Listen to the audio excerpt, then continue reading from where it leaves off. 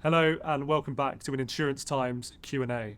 I'm Yanis Katoulis, acting editor at Insurance Times. And I'm James Burns, head of cyber strategy at CFC. So you've talked about the things you're looking to achieve with the launch of this body. What I'm maybe interested in is where you would like the cyber industry to be in 5 years as a result of the launch of the CMC body. So yeah, I guess ultimately we're looking for the body to bring transparency and clarity to what is currently a confusing and chaotic world. And that transparency and that clarity should feed into a much better way for the cyber insurance market to address systemic risk, which should prove to create a much more confident market that's able to reach its full potential. So I spoke earlier about the potential for this body to, or the way this body operates, to be used as a mechanism in insurance policies for addressing systemic risk.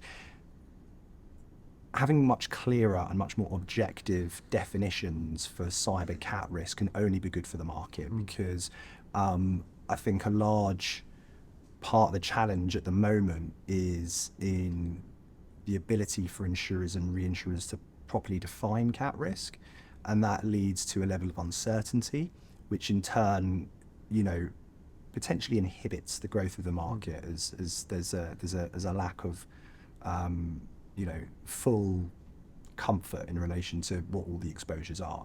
If we're able to minimize that uncertainty, even eliminate it to a certain extent, it should see the unlocking of much more reinsurance capacity, which could lead to the growing of a flourishing cyber reinsurance market, which in turn will support the long-term growth of the insurance market with a product that's much more broadly purchased, and with every stakeholder being much more confident that systemic risk is being properly addressed. Absolutely. I think what that brings up to me is that the importance of the independence of the body, as you talk about. Absolutely. Because is it your view that perhaps these categorizations could be used in policy wordings to make sure that cyber policies are more accurately defined? Yeah, absolutely. So in the same way that the Saffir-Simpson hurricane scale, utilised by the National Hurricane Centre to assign severity ratings to hurricanes, is used by the property cat market as triggers in insurance and reinsurance contracts for when cat risk is being addressed. You could see exactly the same model being applied or being adopted by the cyber insurance and reinsurance market, and it's that independence piece which allows you to have that clarity, because an independent body making a classification is very objective as a trigger and within contracts, and that's something that the market's lacking at the moment in relation to cybercat. So something you've mentioned a couple of times in our chat is that you've drawn some inspiration from the categorization system for hurricanes. I mean, cyber attacks, hurricanes, similar but not entirely the same sort of thing. What lessons have you learned from the hurricane categorization system, and how have you applied those to the CMC body? Yeah, so I mean, this is all about understanding and the ability to understand exactly what's happening in relation to any given major event, and it's the instigation for this whole project is the fact that cyber events are still so poorly defined and so poorly understood.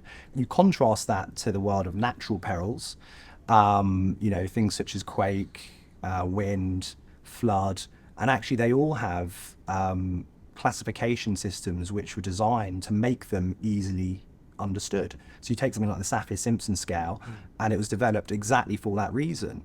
It was developed so that it was easy to convey the seriousness of any given hurricane event.